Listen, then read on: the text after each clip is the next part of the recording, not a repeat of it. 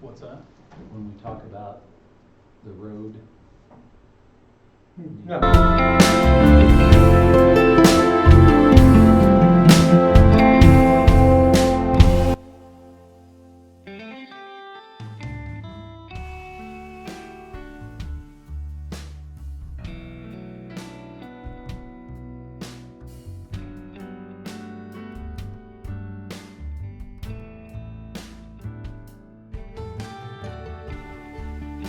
Ready, Josh? Call this meeting to order. Mary or Andrew, call the roll. Brumbaugh, Present. Thompson, Present. Howard, Here. Ferris, Yep. Garcia. Here. All right, please join me for the Pledge of Allegiance. I pledge allegiance to the flag of the United States of America and to the republic for which it stands, one nation under God, indivisible, with liberty and justice for all. So I believe we have one public comment. Andrew, you'll be addressing that? Yes, thank you, Mayor. We have one comment submitted from Randy Gavin, 1008 West 12th Street. Comment displayed there. I'll go ahead and read it. Subject, Governor restrictions listed. It says, Commissioners, I did not see an agenda indicating that the commissioners would be discussing a game plan for reopening Sherman County when the governor lifts the restrictions on May 3rd. It is imperative to the residents and businesses to get back to a semblance of normalcy. I believe that we can reopen activities in our community without causing undue harm to those that are most susceptible to the virus, as long as precautions are made to guard against it. We can do this, gentlemen. Let's make it happen. I have also contacted the county commissioners, asking them to have this topic on their agenda for tomorrow. Best regards, Randy Gavin. Okay, thank you. Any comments? Good. We have I'd like to welcome County Commissioner John Copeland in our presence this evening. I'm sure that will be something that will be addressing. I know that you guys will for sure, but we'll take that under consideration. Any other comments, Andrew, that you would like me to? That was the only one, Mayor. How about the commissioners? All right. So we're going to move on to presentations and proclamations. Andrew? Thank you, Mayor. In your agenda packet, we have an Arbor Day proclamation declaring May 14th as Arbor Day in the City of Goodland. This was pushed back, originally planned for April 29th, but we're trying to get that event rescheduled to May 14th. The city got a grant through the Sherman County Community Foundation to plant 41 trees. That number was selected because we have been, the City of Goodland's been designated as a Tree City USA for 41 years in 2020, and so we'll be planting 41 trees. The intent is to plant them on the Northwest Tech campus, south of their softball fields out there, kind of create a tree row south of their property line. So our intent is to have those planted by May 14th and then just kind of do a small tree planting ceremony, and then we hope to also put some information in the newspaper about Arbor Day and just kind of do a little bit of education as opposed to a big Arbor Day event. In the past, we've usually brought in the 4th grade or 3rd grade class from the schools and done a planting ceremony and everything with them. Obviously, that's kind of unlikely this year, but we still wanted to do something to make sure we comply with our Arbor Day requirements for the next year. So. Thank you, Andrew. Any questions for Andrew? Okay, so we move on to item 4, consent agenda. Item A, the April 20th Commission meeting minutes, appropriation ordinances 2020-09, 2020-09A, and 2020-P09. I will entertain a motion to accept the consent agenda as presented. I move. I have a move by Commissioner Thompson. Do I have a second? I'll second. I have a second by Commissioner Howard. Any concerns or questions? Mary, read the roll. Thompson, Yes. Ferris, Yes. Brumbaugh, Yes. Howard, Yes. Garcia. Yes. Okay, we move on to item number 5, ordinances and resolutions. Item A, resolution 1564, commission live stream policy. Andrew? Thank you, Mayor. Commissioners, this item was discussed at our last meeting. Commissioners reviewed the policy, had a few amendments to make, gone ahead and made those and put them into a resolution format for your approval today. This is, as a reminder from the last meeting, this kind of outlines how we will stream the meetings going forward. With that, I think there's kind of two parts to this discussion. Is obviously we want the commission's adoption of the resolution today, but then also Commissioner Brumbaugh had raised some points about the live streaming policy that I think are worthy of full commission consideration. Kind of concerns of streaming on both Facebook and YouTube. This is a concern that Josh and I kind of had in the early outset of the streaming. I think at the initial period of streaming, our intent was just to try and get it out to as many viewers as possible. But I think the question for us going forward is what platforms does the commission really want to be streaming on? Do you want to be streaming on 2 platforms? Do you want to be streaming on just the one?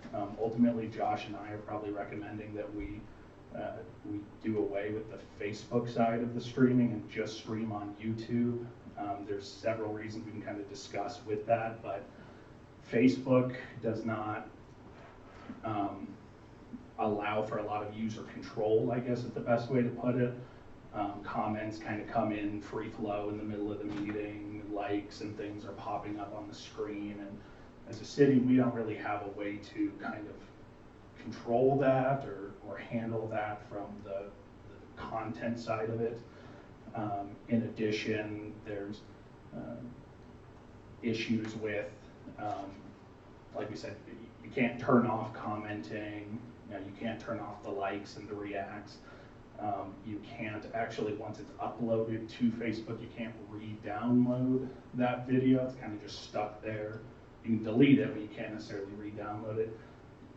YouTube just seems like a better platform for us to stream. YouTube is obviously a platform built around streaming video, whereas Facebook is more of the social media platform. So obviously there's pros and cons to each, and we can kind of touch on some of those, but that's kind of what we're recommending, and what we would like input from the commission on is how do we want to stream, what do we want to be streaming going forward.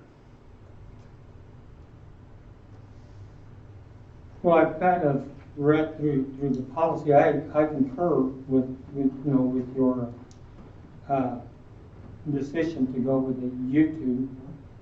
By not doing so, we would be in complete contradictory to item C of being able to control, what's going on, and as far as defamatory or derogatory comments that are being made. So I think that's the whole consensus of why this thing was brought forth to the commission. So I don't know how the rest of the commission, but I think the YouTube, as you say, would probably be the best option. I don't know what the rest of the commissioners.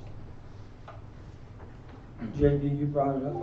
Yeah, my concern was if we just need a platform where we can live stream and people can watch and see what's going on. We have a way that they can comment, like they did today, public comment. I just didn't want a live interaction commenting. I want to simulate what we'd actually be having in a regular meeting, where I didn't want the comments and posts during the meeting to distract from the meeting itself, and people paying more attention to the comments than what's going on. And I think they can miss a lot of things. And I'm in favor of. I just want to recommend a different platform where they could view and watch and see what's going on without having the sideshow kind of.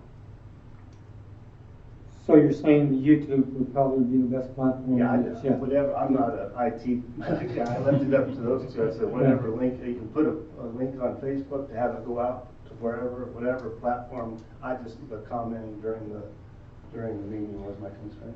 And that's your concur with that, right, too, Andrew and Josh? That's the thing, YouTube would probably be the best platform. Commissioner Thomas? I guess I personally don't have a problem with Facebook. You know, if people want to have live discussion amongst themselves while the meeting is going on, I don't necessarily think that should be discouraged. But at the same time, for simplicity's sake, to only do it on one instead of multiple, it's kind of easier to keep track of what everybody's saying and what's going on. So I don't really have a personal preference either way, really. I mean, I'm good with doing Facebook and YouTube or just doing YouTube. JJ? Oh, I'm probably in agreement with both Aaron and JD. I think the YouTube would probably be the better choice of going through everything. I know there's some people that still don't have a Facebook account, so I think just YouTube. Commissioner Ferris? YouTube. YouTube. So there we go, Andrew. Was there a section, if we're going that route, that wouldn't apply then? I was sitting here scrolling through it, that they talked about comments during.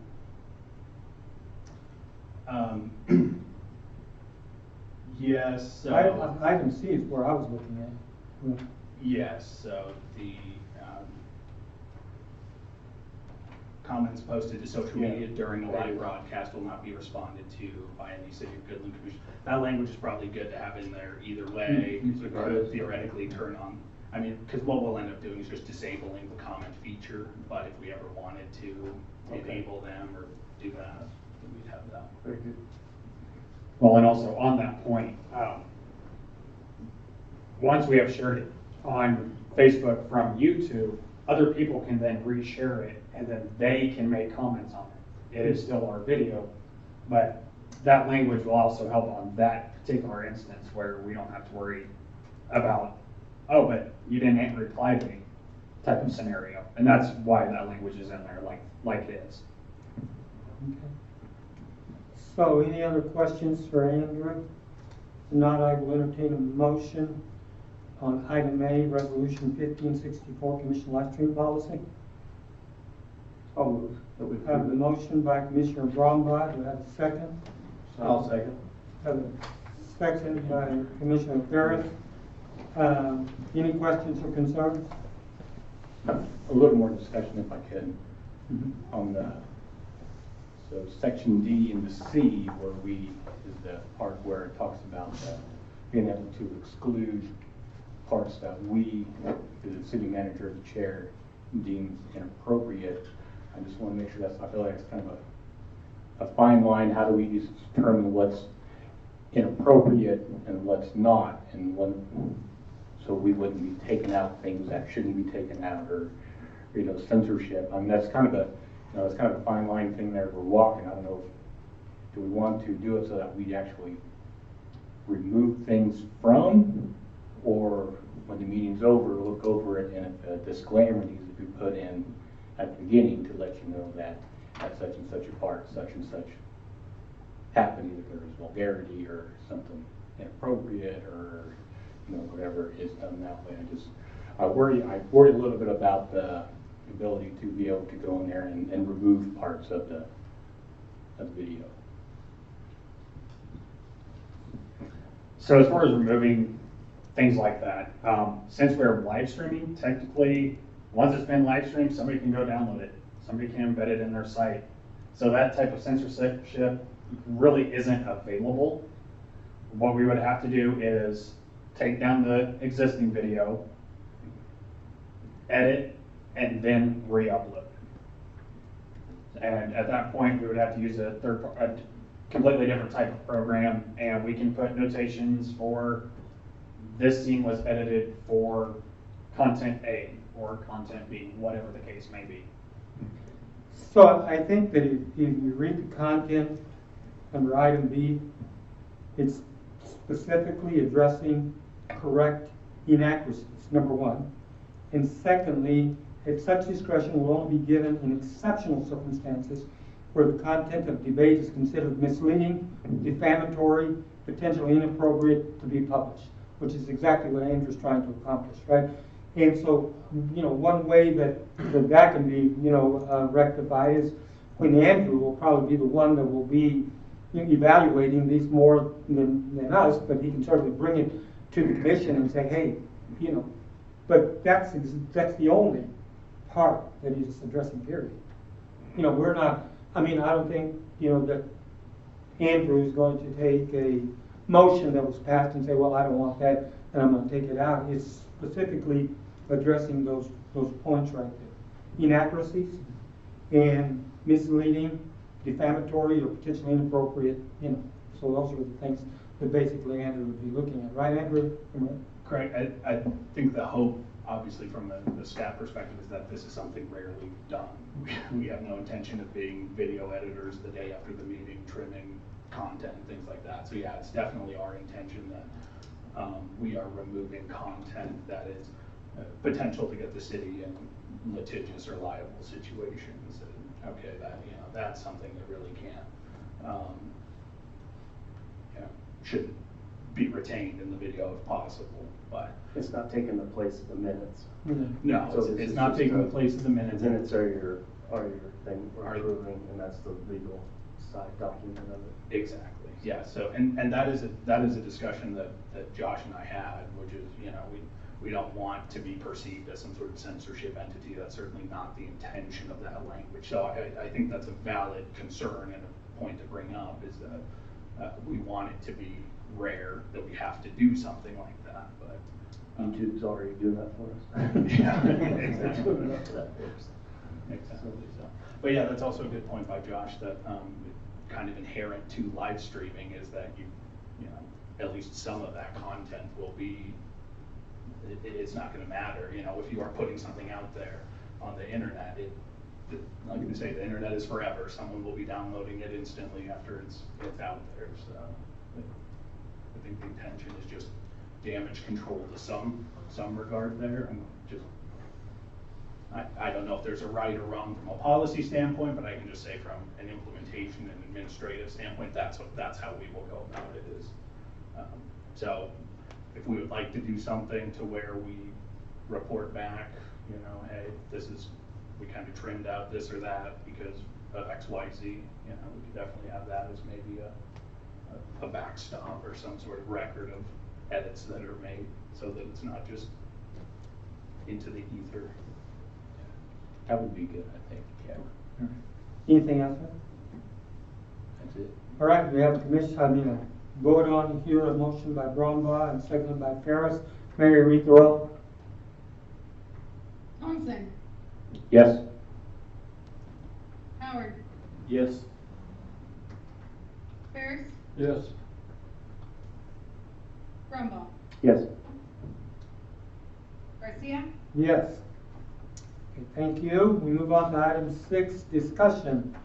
I'd like to welcome Commissioner Topliff. And Andrew, I'm going to turn it over to you.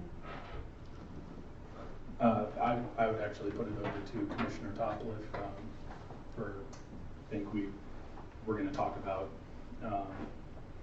just kind of the roads and it's my understanding the relation to the nursing home project, is that? Well, we'd like to request you go into executive session and talk about real estate acquisition. And if you need to roll it into your item 8, is fine.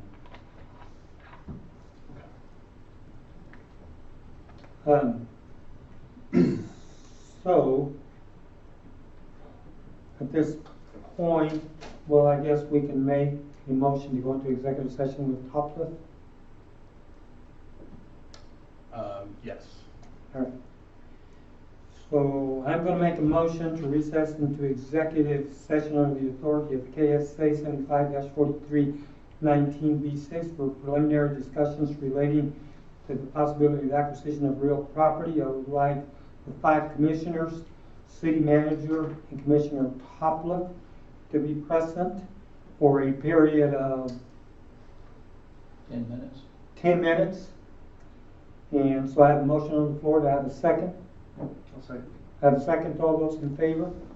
Yes. Yes. All right. Time is 5:19.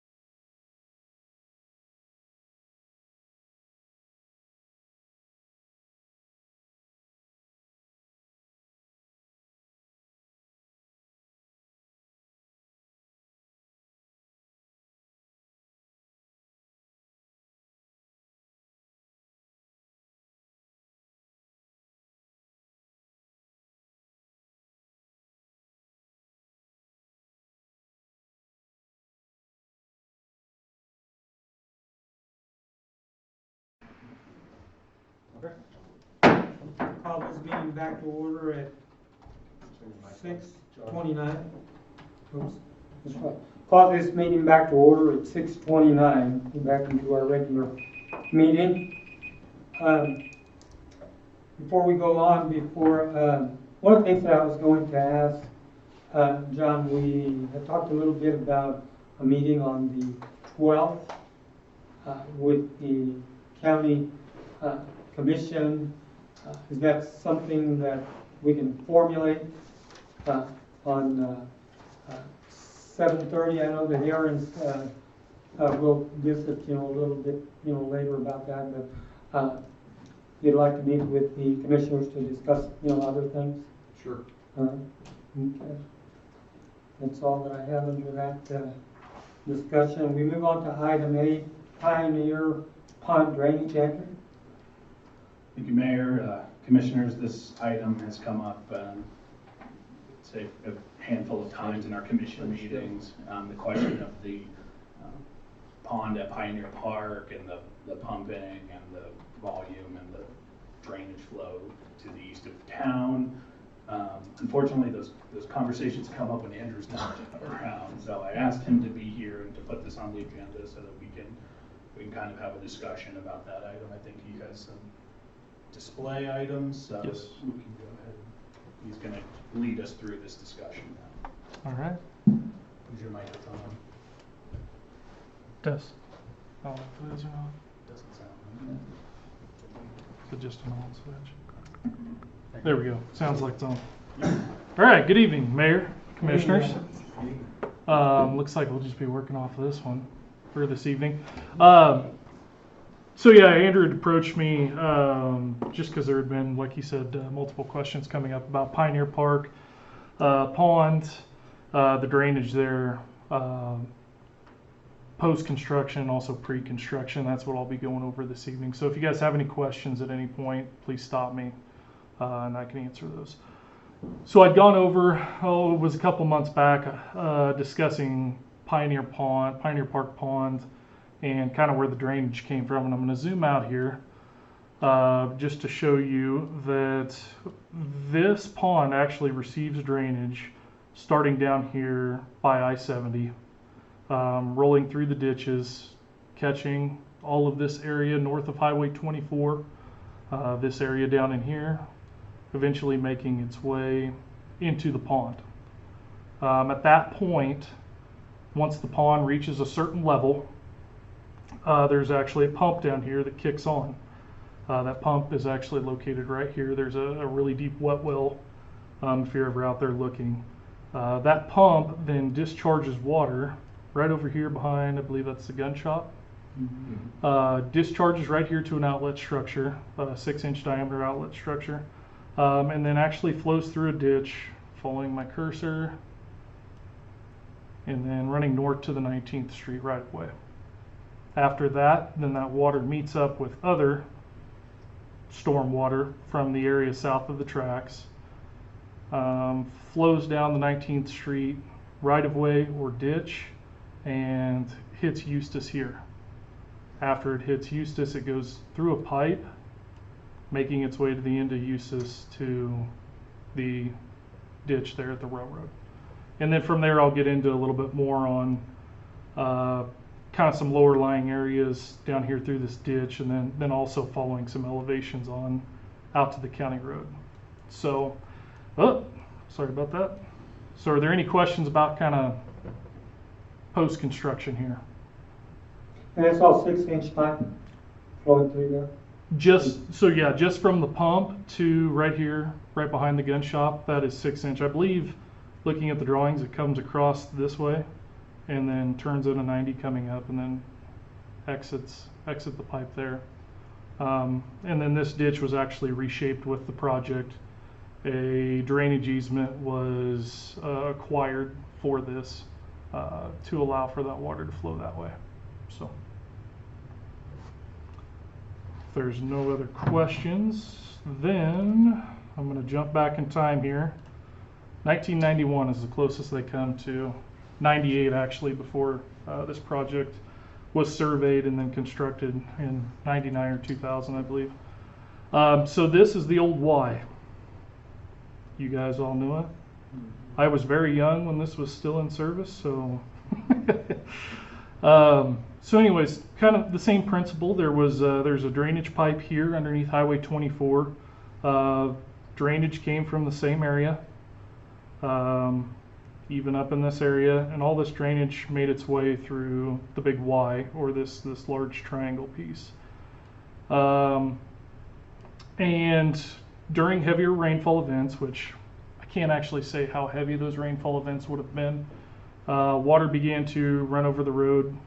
And if you guys remember this differently, let me know, but this is the way I could tell by the survey file that I'll show you here in just a minute. Water would flow over this east leg of the Y, which then I believe the city would send their crews out, block off the east leg of the Y, and allow the water to run over until basically the rain event stopped or the water made its way through. And then looking, again, I'll show the survey file, and then looking, the water would make its way almost to this ditch that's very similarly in the same location as where we discharge currently. So that water would flow this way, and then it's my understanding that water would then kind of, this area was relatively flat with some taller grass, and this water would eventually make its way here down to the 19th Street right of way, which then would go to Eustis and back up to the railroad. So in studying the pre-construction elevations, I actually found our survey file from 1998 before this project was constructed. And looking at this entire area, which I hope you can make this out, I tried to put an aerial back behind it, but it's tough to get it all lined up with an image from 1991. So, but anyways, you can tell following, here's Cherry Street, the east leg. When I was looking through my elevations, you can clearly see that, and you're going to see these elevations are going to say 1121, 1120, 1122. In the actually early 2000s, I believe the KDOT actually switched over from metric to English. So if you're looking at these elevations, just know that you've got to take them times, I think it's 3.28 to get the actual true elevation in feet. But anyways, you can see here where Cherry Street, this east leg, is actually coming down. You've got 1121.37, 1121.32, and then it jumps back up to 1121.35. So you can see there's a low area here, and you can definitely tell where that water crossed, hit this ditch, and then followed the ditch out that I had previously shown on the aerial. In looking through this, I followed our ditch, the main drainage ditch here leading east out of the area, and the last flow line shot we have here is 1121.02. And so I use that as my controlling elevation to determine, really, after all of this water flowed out, what was actually being held back. If I turn on my layers here, I have contours that were actually built with the file, but then with those contours I was able to tell these low-lying areas. So I don't doubt for sure, obviously, that the water had a difficult time making its way out of the Y, because if you look at elevations here, there was a culvert that went under the east leg of Cherry Street and then went back under this little access road. And when the water wasn't spilling over the top of the east leg of Cherry, it would slowly make its way through these pipes. And I'm sure these pipes, looking at the elevations, were sedimented in fairly well. There's still some, you can see based off of the shots, there is some clearance in those. But basically, with these being mostly sedimented in, like I said, I don't doubt that the water backed up, flowed over this, and then slowly made its way through these pipes and ran down the ditch line. So like I said, when I was, turn this back up, when I was looking at actually how much water was retained in this area, I used this 2102 elevation, and these are the areas that that I came up with that actually had sitting water after all that water had gone downstream. This was kind of the last of it that was left behind.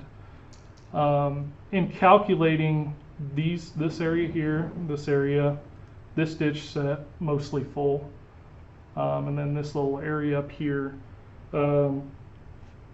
comparing that to post-construction and where the pumps are set, those float elevations are set for those pumps.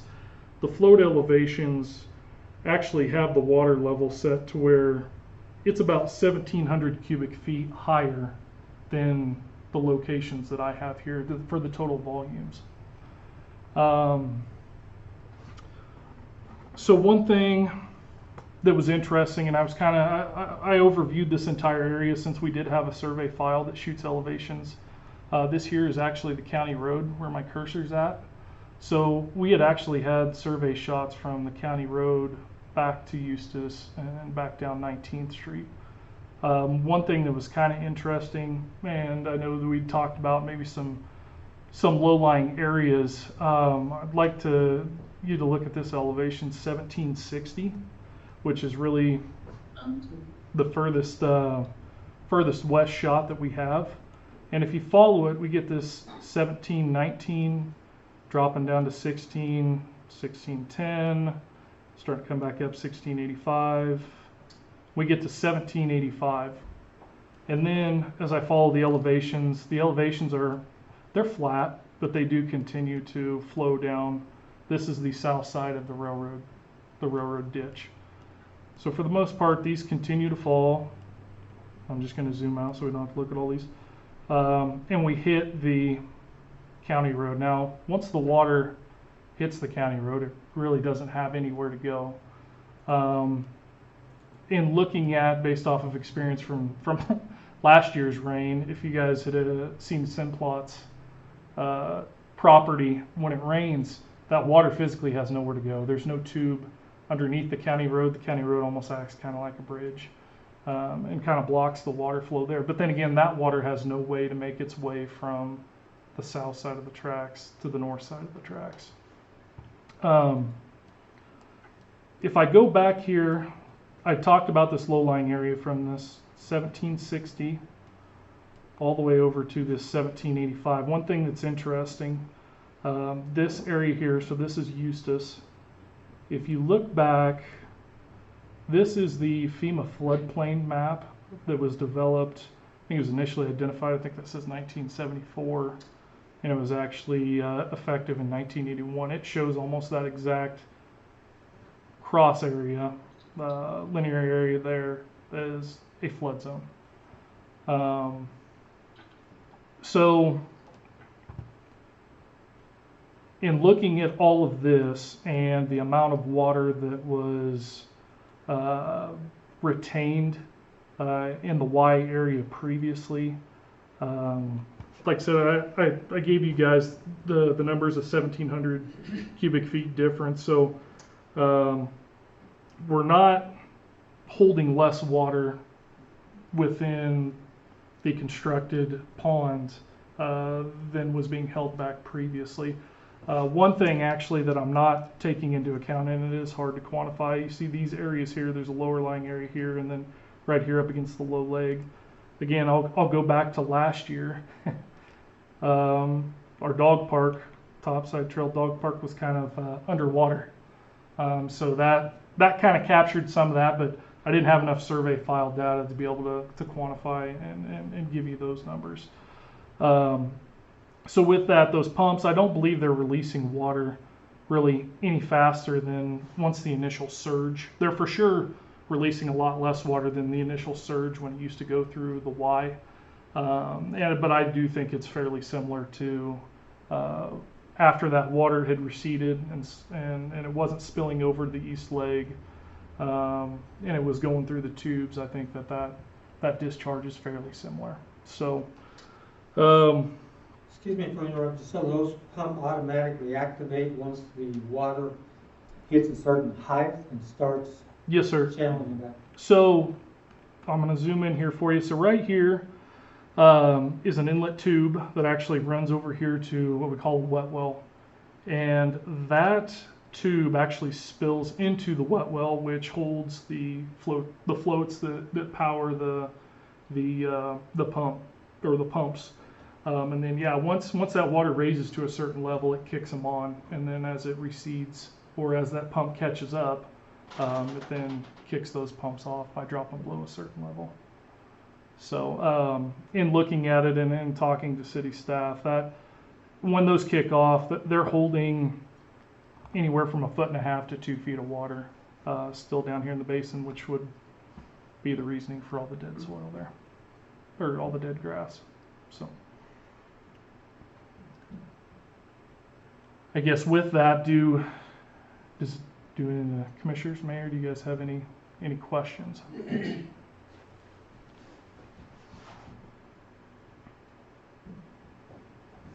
So how deep is that ditch on County Road right there? Is there any way to make that deeper to captivate more water to keep it from going across the road or affecting, some of the constituents that are concerned about getting into their property? I think that it's not so much this area, it's really it's this area, just because this was already a pre-existing low-lying area. It's something where almost something ahead of this or at this location needs to be done if we're to relieve water off of these properties. I do know in speaking with Darren Neufeld and then also with Rich, there was some investigation done. And forgive me, I don't know the years, but it was when Darren was here, looking at possible old drainage tubes, old boxes, things like that underneath the rail line here, which would be very sedimented at this point. And so elevation-wise on each side of the railroad's going to be very different compared to when the survey was done. So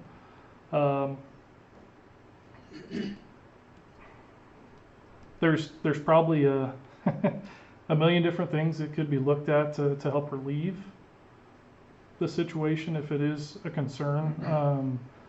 But really it's the water can't make its way across the railroad tracks to then get into, because the water on the north side of the railroad tracks eventually makes its way into this drainage area and on down through the fields. So Is it on 19th Street and Eustis there? yes. By the KOA?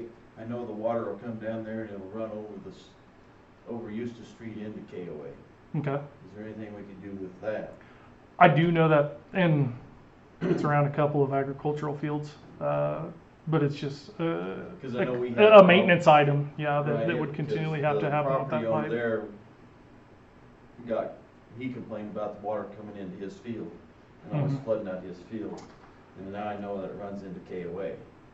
And I'll look at it, I think from when I was looking here, this was almost, there's this 11-18-13, then this 11-18-09. So to me, that says with those elevations, that elevation's actually dropping back to the south. So there is kind of a lower lying area. At least there was 20 years ago.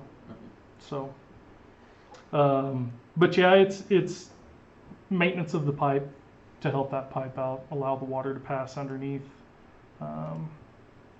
You're talking about right here. Right. To help, yeah, pass down through there to get to the ditch.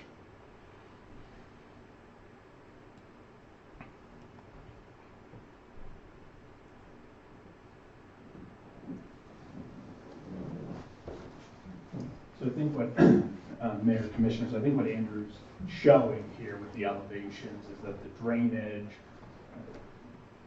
the elevations ran this way before the pond, right? When we had the Y, this was an issue then as well. The city's drainage pond did not create this issue downstream for these property owners. It's kind of been a historical issue. And kind of what we said is that, if we want to do anything about that drainage from there, that's kind of the discussion is, okay, do we need to look at land acquisition? Do we need to look at infrastructure if we want to take that drainage and do something additional with it? But it's not really our opinion that the city has created this problem there. Like I said, there's a flood zone map going back to 1980. That's almost the most telling Yeah, evidence piece there is that, yeah, 1981 well, was it? 74 was when it was actually initiated, 74. so. So, it's not that it's not a problem, I guess, but if you, I was kind of saying this, if you gave me $1 million, is the first thing I would do with that $1 million fix the drainage right there, or would we put that money somewhere else in the city?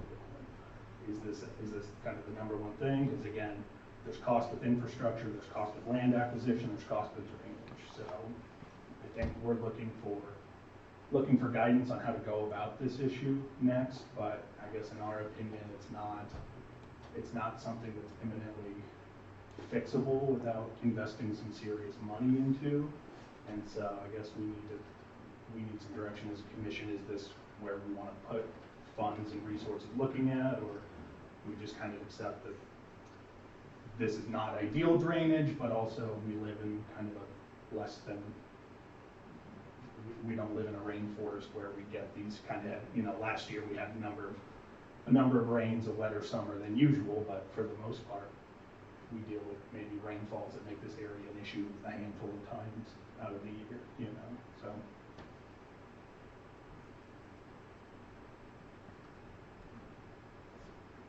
So in an idealistic concept, Andrew, so what would be the first thing that you think that you could do to help that drainage problem?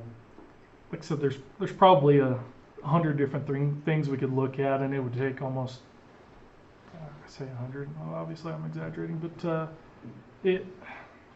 each one of those solutions would have to be delved into, because there's different things. I know it's been brought up with KDA, Division of Water Resources, and the Corps of Engineers, things like that. It's really making sure you're getting those parties involved too, because they're really the ones that need to write off as well.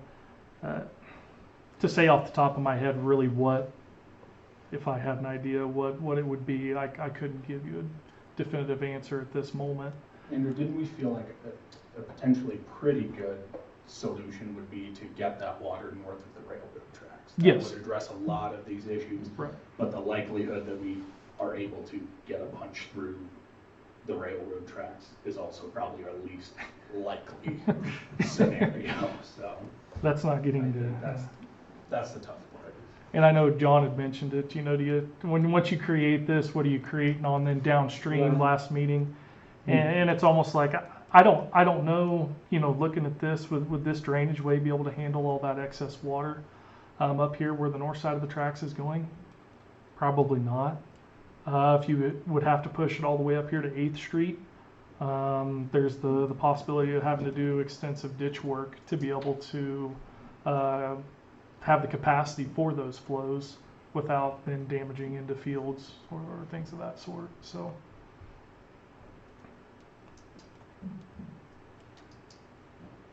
Any additional questions for both Andrews?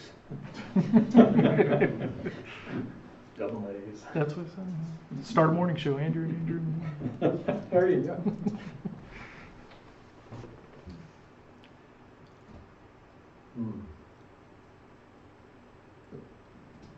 What was the elevation on the north side of the tracks right there at The north side of the track. at Eustis versus the south side? Eustis.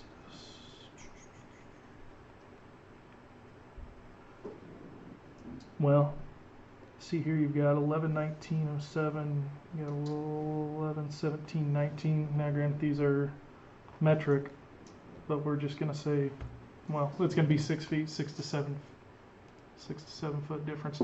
Now that's ground elevation. If I went to the flow line here, it's more like 3 feet. 3 feet difference. That second house north of the tracks, I can remember when water went through that. Mm-hmm. And that's been With brought wa- up in. With the runoff on the north side, so. Correct. And that's why I say I don't know that that ditch could handle any more capacity. Right. Really, it would be having to shove it even further north. Like I said, the 8th Street extended, so. But yeah, that had come up on, yeah, that the water running through that house up in here. On the south side of the track, where that low spot is, right, if it can be a hole dug out there to catch some of that water, but And that's one of the possible solutions. That, yeah, I'd talk to Andrew about is could it be just digging a hole, but then again, how big of a hole do you need, and then can you hold the water there? And that's a question that then you'd have to go through those other state and federal agencies just to make sure you're crossing your you got or liability, dotting your people I's. worrying about getting down, getting in it and stuff. Yeah.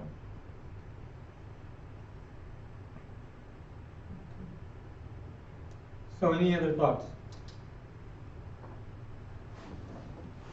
Does the commission have anything that, do you have anything you would like staff to do on this at this point? I don't want it to feel like we're waiting for us to do something, I guess, and it's one of the reasons I wanted to bring Andrew back. We don't know that there's necessarily anything to do in this at this point. It is kind of our recommendation. It's not a great answer, but drainage is a problem, right? It's a problem in this community. When we, you know, and when we get these big rains, we have drainage problems all over town, right? But they're not frequent. You know, it's just kind of dependent on the rainfall that we get in any given year. And again, I don't know that this is our most pressing need. That's definitely not our opinion that it is, but also don't want to feel like we're neglecting this if the commission feels like it's a bigger issue. So we'll take whatever direction, whatever additional information you want, and we'll follow your kind of lead here. Well, I say for the time being, we just make sure that those are clean, and the drainage are not sedimented in for right now. Sure.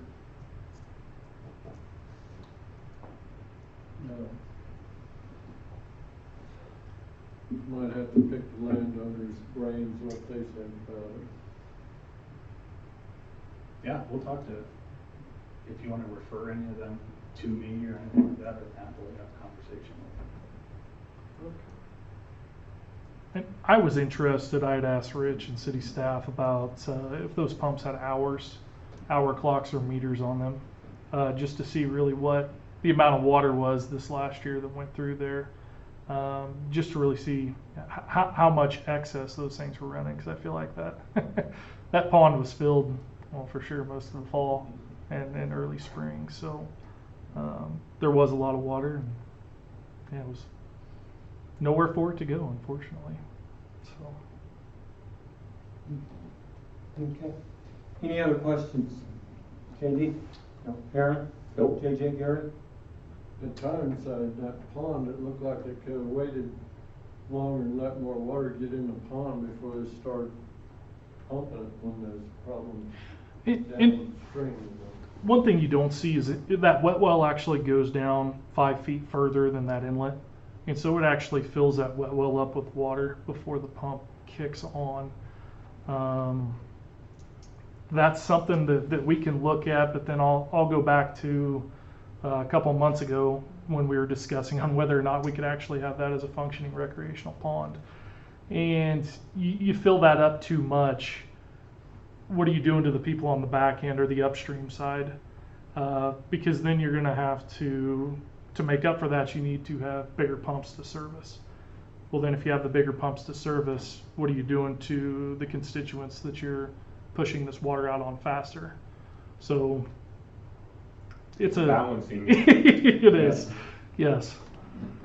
So, and Andrew asked a question, looking at this pond, why this shelf, and then why the deeper? There is actually a sewer main that runs right underneath here that really controlled our elevation of this upper end. And for that fact, I believe when the design was done, it was looked at, hey, how much further do we really need to go down in order to capture the volume that we need to take care of the storms? So for the storm water coming in during a high rain event.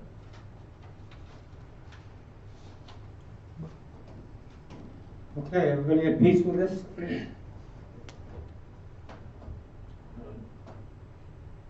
Okay, and we go on to Thank you. item B, COVID-19 planning. Andrew? Thank you, Mayor, Commissioners. Wanted to have this kind of as a standing agenda item until we get through, obviously, this pandemic, and just give commissioners an opportunity to discuss what's going on and kind of what's going on with the city operations. So obviously the governor on the last week, April 30th, kind of put out her multi-phase plan as for reopening the state of Kansas. Commissioners have gone through this or not gone through this. The phase one, which we are in today, Governor Kelly did issue this executive order 20-29, which at this time, gets rid of the stay-at-home order, but does maintain the prohibition on gatherings of more than 10 people, does prohibit a number of establishments and operations from opening, which as of right now does include public swimming pools. So the Stever Water Park wouldn't be able to open at this time as long as we're in phase one. That does change as we get into phase two, which would happen no earlier than May 18th. And I guess we will see, but it's my understanding, I think the governor's going to follow this timeline pretty closely. It's my understanding that she basically has 45 days of authority left. There's kind of some legal gymnastics that she has done to kind of have this authority. And so she basically has 45 more days of being able to issue some of these executive orders. And so what do you know, her 4 phases go until June 15th, 45 days from when she issued the notice. So I don't think she has a whole lot of leeway with this unless things obviously kind of circumstances change drastically. I think this probably will be the timeline that we see, but who knows. So if we get into phase 2, May 18th, at that point, the restrictions open to mass gatherings in particular are opened up to no more than 30 people. And then as we get into phase 3, no earlier than June 1st, we're looking at mass gatherings of 90, and then the phase out where gathering restrictions are lifted. So this phase 2 obviously has some impacts for our water park. At that point, basically May 18th, we would be able to open the swimming pool. Typically, the city has tried to open, weather dependent, on Memorial Day weekend for our water park. We would be able to do that in theory with the phase 2. The problem is going to be that gatherings of no more than 30 people, right? Had a conversation with Barb, Rich, and I met this morning. It basically takes 11 staff between admin, lifeguards, concessions to run the pool. So if we're looking at 11 people, then we're opening the pool for a handful of individuals, 19 individuals for those 2 weeks.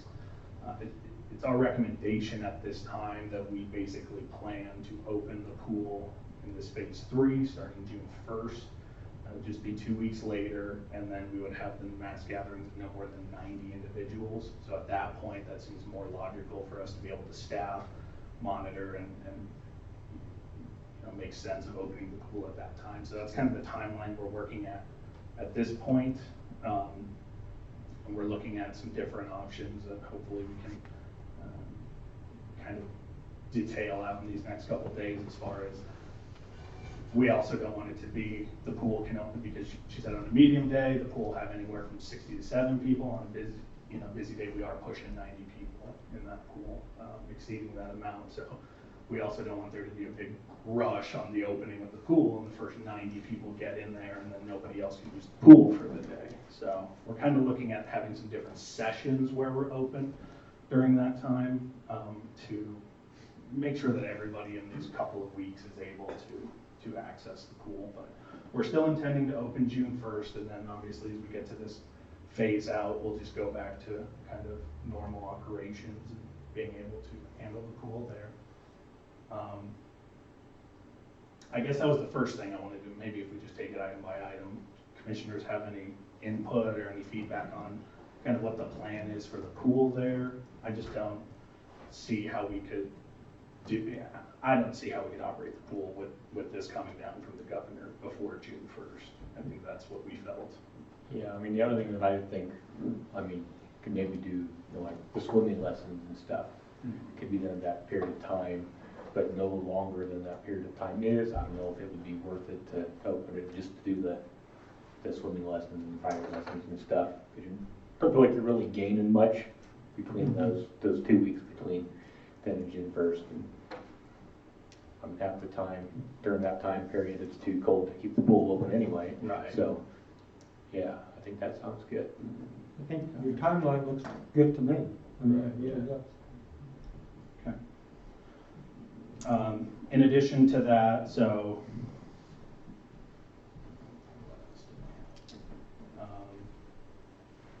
our resolution 1563 with the public, you know, I was just going to kind of put that in front of commissioners. What items do you have with COVID-19 and with kind of how we go about reopening city operations? What feedback do you have at this point? Do you have any questions or any input as far as you know, again, access to people coming in here for our meetings? I guess I kind of wanted to give you all the floor and an opportunity to discuss that. Because I feel at this point, it should be in everybody's head well enough that if you feel that you are experiencing symptoms or you've been in contact with somebody, that everybody should know what the protocol should be as far as self-quarantining and getting tested if necessary, and, you know, contacting individuals. I mean, I would like to see everybody get to work as soon as we can, you know, the sooner the better for sure.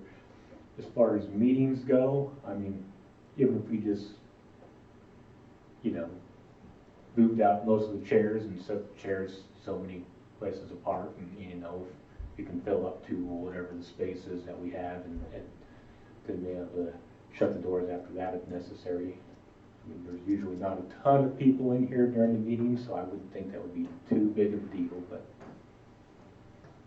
Usually if the seats are filled, it's not a good thing. So would there be a way that somebody would be able to test the temperature of the people coming in? I mean, there's a lot of criteria there that you have to comply and do in order to be able to do that. We don't have a thermometer.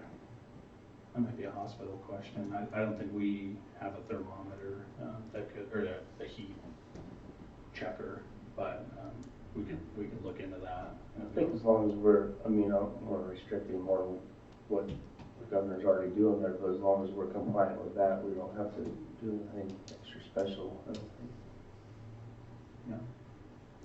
And I think kind of what the Vice Mayor Thompson was saying, I think a lot of this is kind of common sense for people going forward. You know, if you're not comfortable with attending a public meeting, probably don't rush right back out to a public setting. And the fact that we are streaming and making this available, you know, maybe, you know, if you feel like you would like to attend and be here, have that option. But if not, then you have the ability to watch it now and participate in electronic manner. So I think we're doing a good job of offering people alternatives. But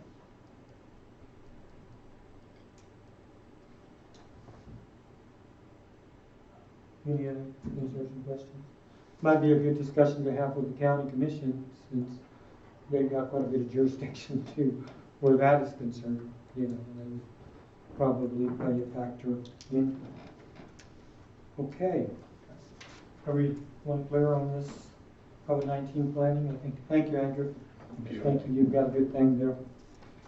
Move on to item 7, reports. City Manager, Andrew. Thank you, Mayor, Commissioners. Just a few items for me. We did bring a majority of our staff back to work today, kind of getting them off the shift differential work with the stay-at-home order now lifted. We are keeping our utility workers on that shift for at least the next 2 weeks. Just definitely making sure we're kind of in a good place to do that. But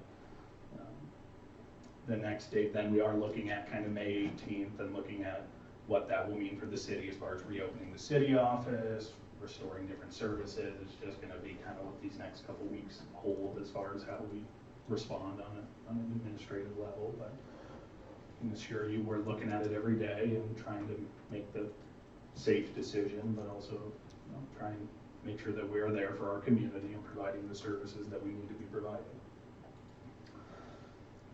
Our sales tax through April is $206,429. That is up from last year where we were $193,333. So our sales tax is up about $13,000 over where we were last year. So that is good news so far. The thing about sales tax figures is that they are 2 months behind.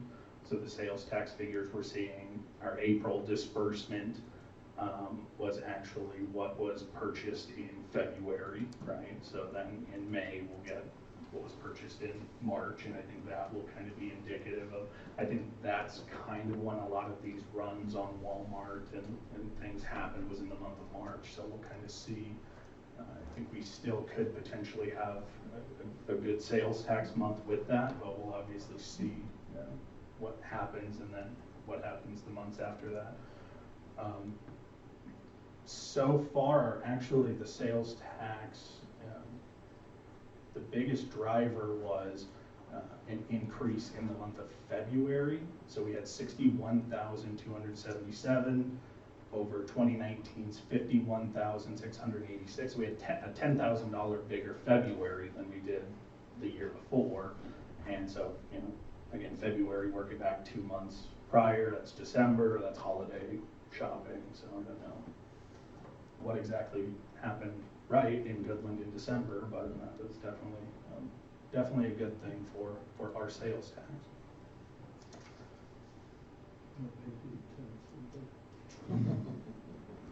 Our Motel 7, so Mike actually ran into some piping with asbestos still on it that had to be removed. That was something that was identified in our environmental that EBH did and was part of the asbestos abatement that we paid Associated Insulation out of Manhattan to remove. So we did notify them about that. They had someone out here the next day. They were great to work with. I don't know exactly where that drop happened, but they removed the asbestos, and so that demo continues out there. And then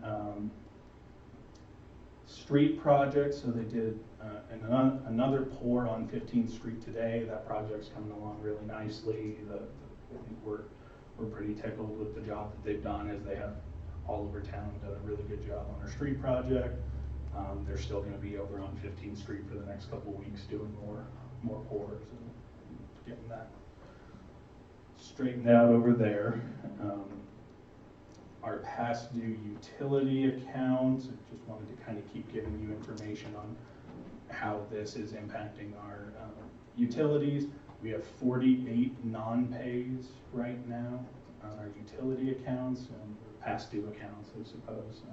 That's actually not horrible. I think at one point this last month we were up to 80, and then it's come down to 48. So in any given month we'll have anywhere from 20 to 30. So 48 is definitely not, it's definitely more, right? It's definitely been an impact, but it's not been It's not drastic. It's not been drastic, yes. So I think that's definitely good news as well. And again, we've been putting out information, hey, please continue to pay your bill. Just do what you can at this time, and people have been really receptive to that. So it's been good. Then lastly, obviously, we had kind of a major statewide incident this last week with the Goodland Police Department and our response over on 15th in Kansas. That incident brought in so many different components.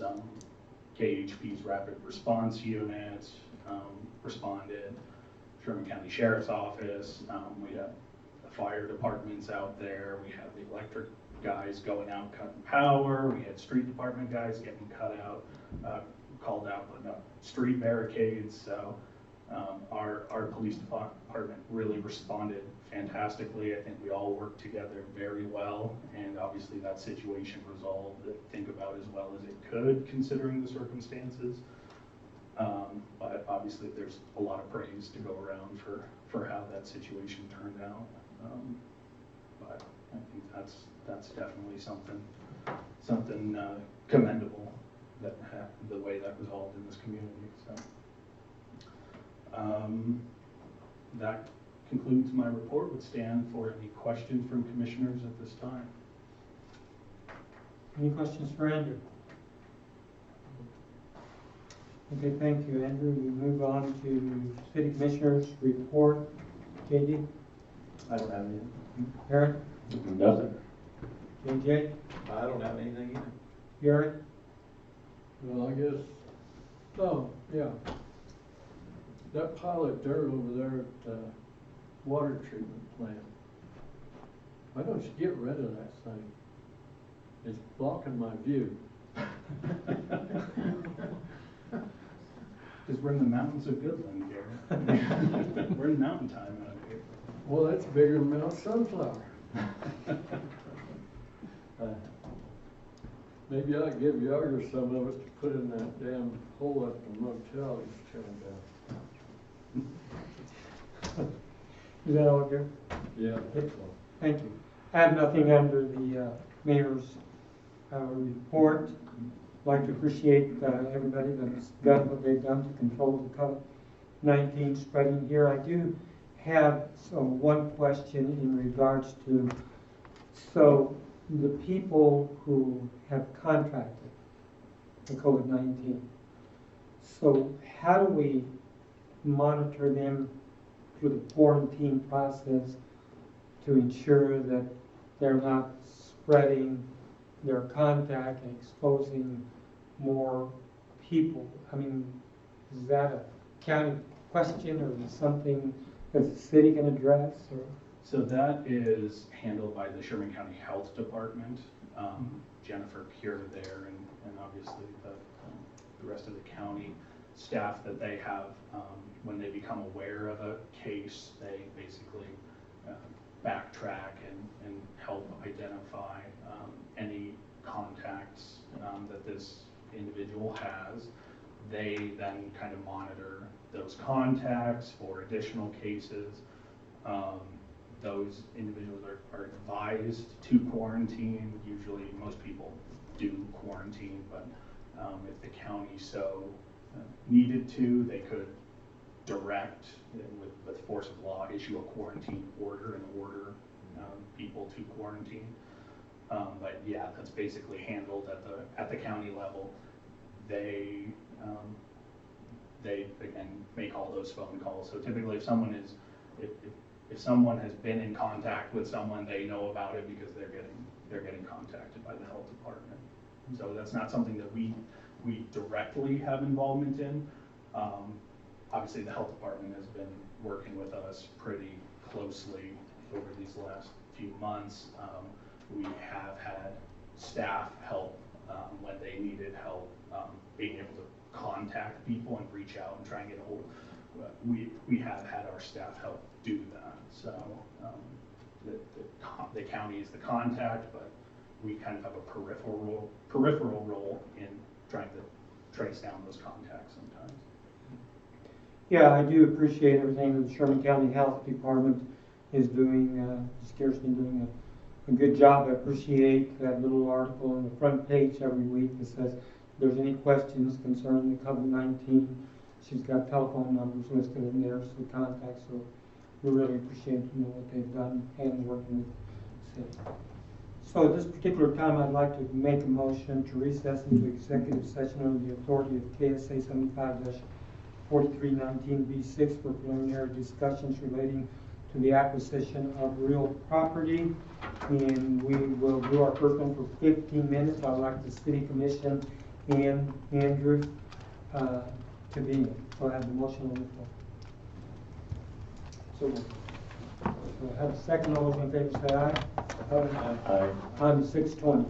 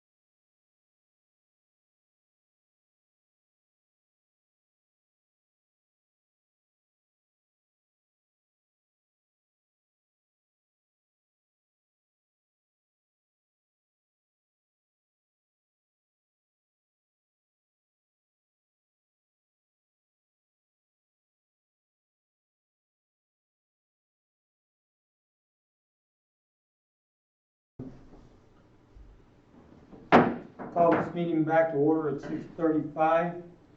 I'm going to make the motion to recess into executive session under the authority of KSA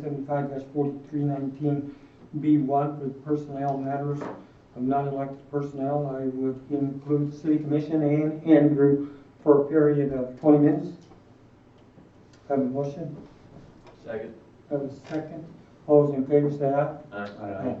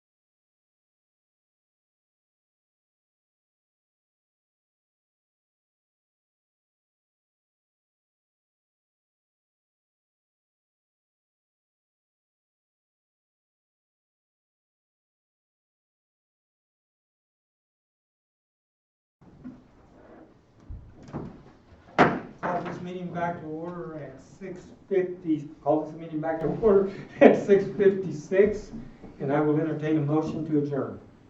So moved. So moved by Commissioner Brombaugh, second. Second. By J.J. Howard, all those in favor say aye. Aye. All right, thank you, guys.